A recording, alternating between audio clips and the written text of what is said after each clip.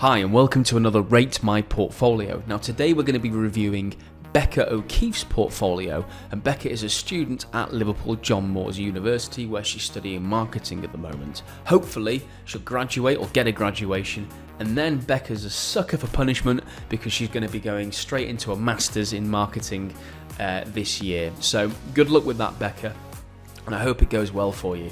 Now Becca kindly sent me her portfolio via the email that I provide in the comment sections of all the videos that I do on this channel. So if you have a portfolio, look at the comment sections or the description below this video and you will find my email where you can send me your portfolio. And I've not seen Becca's portfolio yet, and I'm looking forward to put the URL into Google, press enter, and we can explore it together. So here goes. I'm going to do that right now. Right, okay. This is interesting. We have a splash page or a pop-up saying, welcome to my portfolio. Click on each photo to explore what I have to offer. Or you can navigate my projects using the home tag. And the button says, let's go. All of you that watch my videos know that I always start from the top left of the portfolio down to the bottom right. And that's what I'm going to do right now with Becca's portfolio. So let's have a look. Top left, and we can see the WIX banner. I am not a WIX fanboy, okay, but I do think there's a place for WIX in regards to building these type of portfolios because it's very accessible, it's easy to do, and it's the first step for many for people to use these website builders.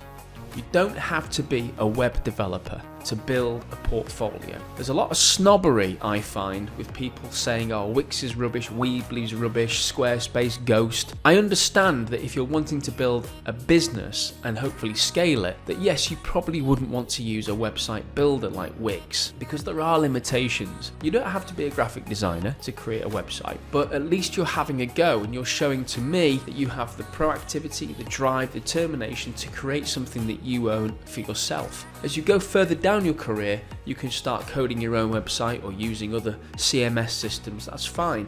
But Wix is brilliant for this, and I think that it has a real good place in the ecosystem for portfolios. Well, first of all, we have Becca's branding. We have Becca here, an image of Becca, and then we have Becca O Keefe's portfolio. It tells me straight away what this is. When I look at this, I see an element of fun with this. I see an element of creativity. And as we go across from the H1 to the right hand side of the header sort of section, we then have the navigation section and some icons here. What we do have is we have a LinkedIn button, perfect, and we have an Instagram icon too. Now there's an argument to say, and again, this is subjective. For me, I would always move these to the bottom of the portfolio because I'm always wary of the fact, and I'm a nightmare for this. If I see a LinkedIn, I'll go and click on Becca's profile. I'm not going to do it here, but I'll click on Becca's profile, and then I'm on the LinkedIn platform, and then I'll notice that I have a message on LinkedIn. So then what I'll do is I'll go and check my message out, and I'll read my message and reply to it. And before you know, I've forgotten about Becca's portfolio. Or I'll go on Instagram and I'll click on her Instagram icon, and then I'll go on my own Instagram account and I'll be lost in there forever. I would move those down or put them in the contact me section. So you're keeping people on your site, you're keeping people's attention on your site. And there's nothing that makes me more excited than download my CV button. Yes, that is sad, but what I'm saying, that I love that functionality. It means that I don't have to scroll through a CV online. It means that I can download it and I can print it off and distribute it to other decision makers.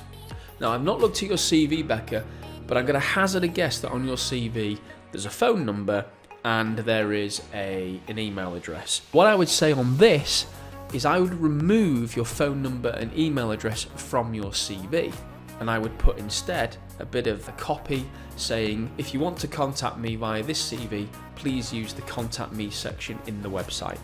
Because people could download your CV and take your phone number and email and send you unsolicited texts or emails. It could happen. I've tested the download my CV button and it works beautifully, and the CV looks really good as well. Let's have a look at the menu now. So we have home. Now, as you said on the instructional pop-up, it said you can navigate my projects via the home tab. I would say, well, what you could do is just have a home button and then you have a projects tab where you can then just select the project. So replace this with projects, move your home button there, and then you have a projects tab. It just keeps it simple and it keeps it very explicit for the user.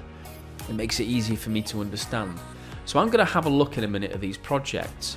Now I'm coming down to the main section here, and it has several images that you can scroll across. I like this is good, yeah, perfect. Now I've clicked on Refill Eco. Now arguably with Refill Eco, there's maybe too much copy. I know you can never win with me, but maybe you need to think about reducing this. I like the rationale, but I would try and condense it, and I would also add in the tools that you used and the processes that you used to make this. So what tools was it? Canva, Photoshop? How long did it take you to make? Was it a few weeks? And then what happened once you had made this? Where did it go? Where was it used? Those are things I would absolutely include in this section. When I scroll down, we've got some really good designs here. That's Refill Eco, and that was an impressive project, and I like the information that you've put there. Just implement some of the things I've recommended if you want.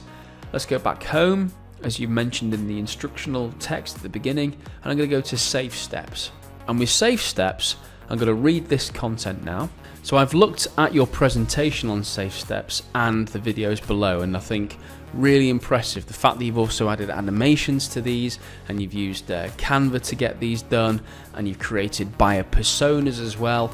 I think this is a really solid project. And also, because it's quite new, it's showing me progress and an evolution of your learnings, which is, I think, is really important. And you're going to add to this. I can see that you're going to add to this with, more and more as we go, as you develop your journey with Safe Steps. Really good stuff, this, Becca. I like that a lot. Let's have a look at Gym Rat. Okay, I've read the Gym Rat brief, and I like the Gym Rat brief, and I like the content and the creation behind it too.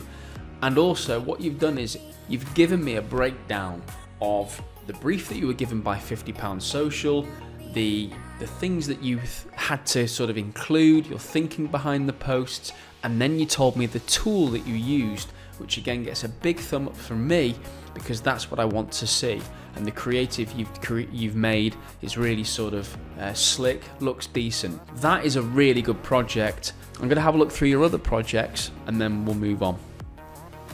Right, Becca, I've looked at your other projects, your Styling Daily project's really cool, and I love the Instagram account that you've created for that, and that looks absolutely brilliant, very professional. You've got some really good projects here, a nice sort of mix of different types of projects, and your explanations are really good. So some key takeaways for your project section. One, I would make sure that the descriptions are a little bit more succinct and shortened. I want to know your process, what it is that you did in order to create these images and what tools you use to create these images or visual assets. And then if you have them, I'd like to know how you deployed them or where they were posted and any results that you had from them. That's not too critical at the moment, but certainly it'd be good to know where they went and how they were used. So let's now look at the About Me section. Okay, so Becca, there you are on the left hand side, good, nice big image there, and the description, who are you? I'm going to read the description. I like the description because it's short, it's to the point, and also you put down a couple of key areas and skills that you're familiar with and comfortable with. Adobe, Canva, MailChimp, Hootsuite, they're good tools to be familiar with. At the end, you've given us a little bit of a flavour of the fact that you're interning with a business at the moment, but you're going to be adding to your portfolio as it evolves, and that's really, really important for you. And it's important for employers and recruiters to know that this is a working document. So I'm happy with that, and I think that looks really good. So let's move on now to the contact section. And here we are, another image on the right hand side. Good. So there's a bit of a transition of the image. I like that. Get in touch, name, email, subject, message. Your email isn't visible, your phone number isn't visible, there's no address. It's very simple. If you want to get in touch with Becca, you've got to put your details in and then submit it. So from your side of things, Becca, you're not giving away your personal details, and also it's just a great way of getting that information, and you can control that information once it hits your inbox. Looks a nice page, it's simple on mobile, it looks simple. And that's all you need. There aren't too many input fields, which is good. You're not put age, postcode, all that sort of stuff. It's very simple and effective. Let's go back to the home page and we can scroll down, and what you've got now is a section asking, do you have any feedback on my portfolio? If you could leave a comment below about what you think I have done well or what I could improve on, that would be really appreciated. Thank you for your time. This is really good. I've not seen a portfolio with this before. I don't think I've ever seen a portfolio with this before. And what I like about this, Becca, is the fact that you are happy to take feedback on something that's personal to you. And this is really good. This tells me that as a marketer, in the future, you're going to be much more sort of susceptible to taking on feedback and working with different people, and that you're not precious about these things. And that's important. Because as a marketer, you've got to take feedback and you've got to listen to other people and improve on it, just like you will do with this video. And I really think that's a good idea. I think that's a smart idea. Hopefully people will use that and give you some feedback. So I think that's a really good idea, Becca, and I like it. It's different, it's unique. It tells me a little bit more about you and your personality. And I would be proud of your portfolio. I think what you've done here with your portfolio is you've made it very, very sort of easy and simple for people to use and to navigate around. Of course, I've made some little points that you might want to think about for the future, but overall, if I was to look at this, you've got such a nice wide range of projects, and you've included different types of rich media in it. You can go from one industry to the other in terms of the way that you talk about, gym rats, and then with the eco-friendly and sustainability issues with Refill Eco. There's loads of different things that you can sort of, switch and chop and change with.